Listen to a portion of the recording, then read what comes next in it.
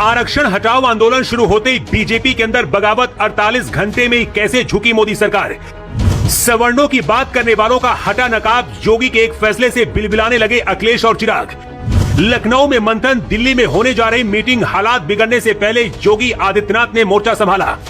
दुनिया भर में भारत ऐसा देश है जहां आरक्षण पर सबसे ज्यादा बहस होती है, लेकिन क्या देश से आरक्षण खत्म होना चाहिए? 2 दिन के अंदर आखिर ऐसा क्या हुआ कि मोदी सरकार ने अचानक से पाला पलट लिया और एक मीटिंग लखनऊ में और दूसरी मीटिंग दिल्ली में चल रही है। बिगड़ते हालातों के बीच अब योगी आदित्यनाथ ने मोर्चा संभाला है। आरक्षण को लेकर डॉक्टर BR अम्बेडकर के पोते और बहुजन अघाड़ी के नेता प्रकाश अम्बेडकर ने 5 साल पहले कहा था कि अब राजनीतिक आरक्षण देश में खत्म होना चाहिए, क्योंकि देश भर में राजनीतिक समानता हो चुकी है। अम्बेडकर को मानने वाले लोग उनके पोते की इस बात को हमेशा दरकिनार करते हैं।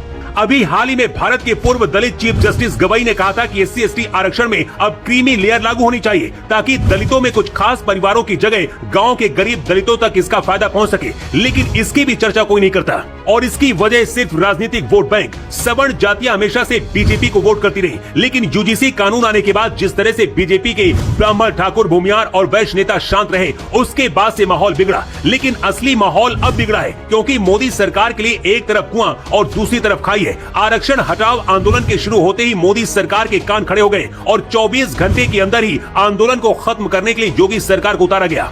योगी ने जिम्मेदारी डिप्टी CM ब्रजेश पाठक को दी और उसके बाद रिजर्वेशन आंदोलन का चेहरा रहे हर्ष दुबे के साथ ब्रजेश पाठक ने प्रेस कॉन्फ्रेंस की और केंद्रीय मंत्रियों के सामने मीटिंग कराने का वादा किया। लेकिन इसके बाद तो राजनीतिक तूफान खड़ा हो गया और सबसे बड़ा तूफान बीजेपी के घर में ही खड़ा हो गया। खुद को मोदी का हनुमान करने वाले चिराग पासवान ने कहा है कि आरक्षण हमारा संवैधानिक अधिकार है। अखिलेश यादव ने कहा कि बीजेपी आरक्षण हटाने जा रही है। मायावती ने बयान दिया है कि आरक्षण पर बात नहीं होनी चाहिए। जंतर मंतर की तस्वीरें हैं जहां रिजर्वेशन हटाओ आंदोलन हुआ, तस्वीरें भी जहां से आई थी पुलिस लाठीचार्ज और कार्रवाई की। अब विपक्ष छोड़िए, बीजेपी के अंदर ही बगावत होती दिख रही है। लेकिन सबसे हैरानी की बात यह है कि आरक्षण के मुद्दे पर बाकी दल अपनी आवाज उठाते हैं, लेकिन बीजेपी के अंदर बैठे सवर्ण सांसद विधायक सिर्फ मलाई खाते हैं। संसद में चीखने चिल्लाने वाले निशिकांत दुबे और समोसे पर बहस करने वाले रवि किशन जैसे नेता अपने समाज के लिए भी कलंक है। मतलब अगर सवर्ण समाज को लगता है कि मोदी शाह उनके लिए जिम्मेदार है, तो मोदी शाह नहीं, उनके ही समाज के वो गद्दार चेहरे हैं जो संसद में बैठे हैं, जिन्हें आपने चुनकर भेजा है।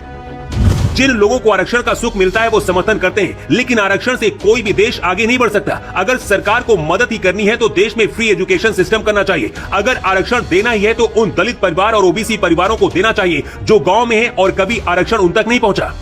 सबसे पहले पढ़ाई में आरक्षण, उसके बाद फीस में आरक्षण, इसके बाद नौकरी में आरक्षण और उसके बाद प्रमोशन में आरक्षण। जो लोग कहते हैं कि आजादी के बाद भी भारत कैसा हाल क्यों है और अमेरिका, चीन कैसे देश आगे बढ़ गए, इसलिए क्योंकि वहां आरक्षण नहीं। शायद अब वक्त आ गया है कि दलित और OBC समाज के वो लोग जिन्हें आजादी के बाद भी कभी आरक्षण का लाभ नहीं मिला, उन्हें आंदोलन करना चाहिए, क्योंकि जब तक आप अपने हक के लिए सड़कों पर नहीं उतरेंगे तब तक कोई भी सरकार वोट बैंक की वजह से कोई बड़ा रिफॉर्म नहीं करेगी। आरक्षण में क्रीमी लेयर होना चाहिए। क्रीमी लेयर का मतलब है कि जिन दलित और OBC परिवारों को कभी आरक्षण का फायदा नहीं मिला, उन्हें दिया जाएगा। क्या आप इसका समर्थन करते हैं? और जो आंदोलन इस वक्त देश में चल रहा है, उस पर आपकी राय क्या है? कमेंट करके आप जरूर बताएं।